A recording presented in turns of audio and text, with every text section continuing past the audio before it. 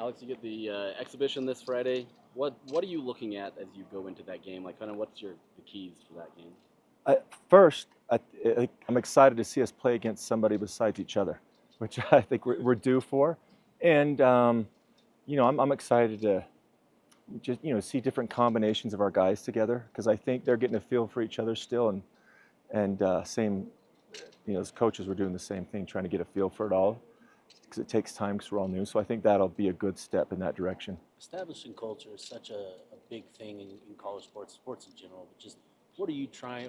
What identity, culture, brand are you trying to build in these initial couple weeks?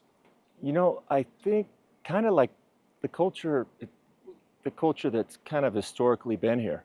I think just in Utah basketball in general, the Jazz as well as overachieving guys that play hard, that's what's great about Utah. I mean, the state of Utah fans. Like if you get a good effort, you don't win it all, they're still in your corner. So I think it's just the culture of, the phrase I've been using with them is next play. You're on a run. You're not on a run. Just keep hammering away and hold the course. These two exhibition games for you. These are a couple of teams that have made the NCAAs in the last couple of years. How can that level of competition just help your guys as you're kind of getting ready for the season?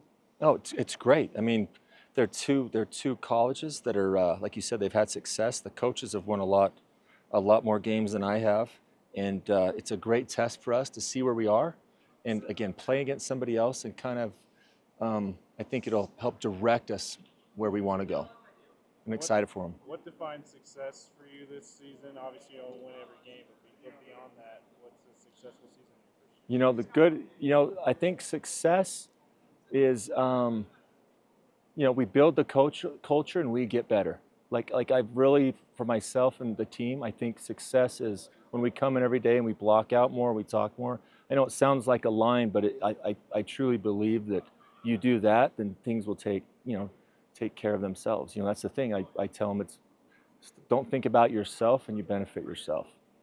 Are you starting to see players emerge in certain roles and certain responsibilities? Are you starting to see kind of a hierarchy of guys that you can go to?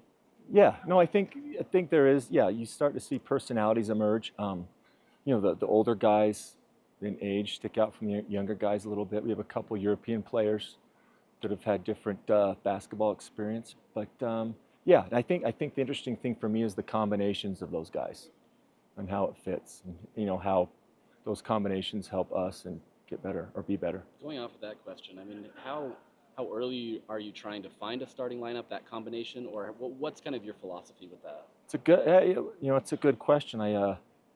I pulled my assistants. I asked them. I should probably do the same thing with you guys to get an idea. But no, I think it's new. Most of the players and the coaches are new, and it's something we haven't promised any of the players that you'll be starting, and it might be, and I've told them it might change from game to game.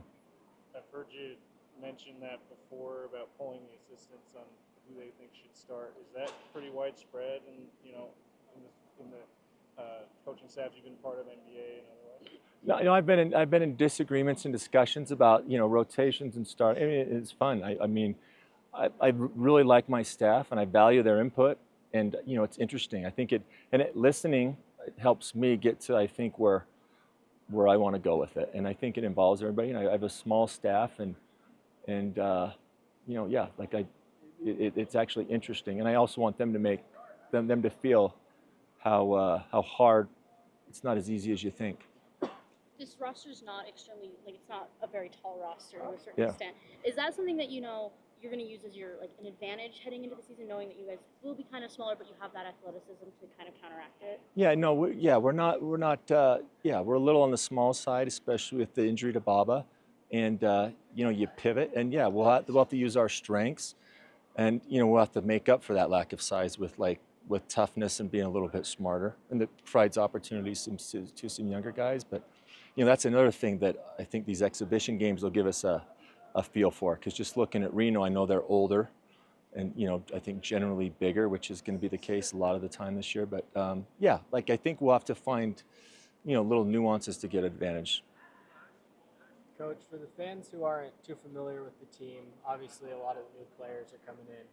Would you give a couple names that fans you think should look out for at the beginning of the season?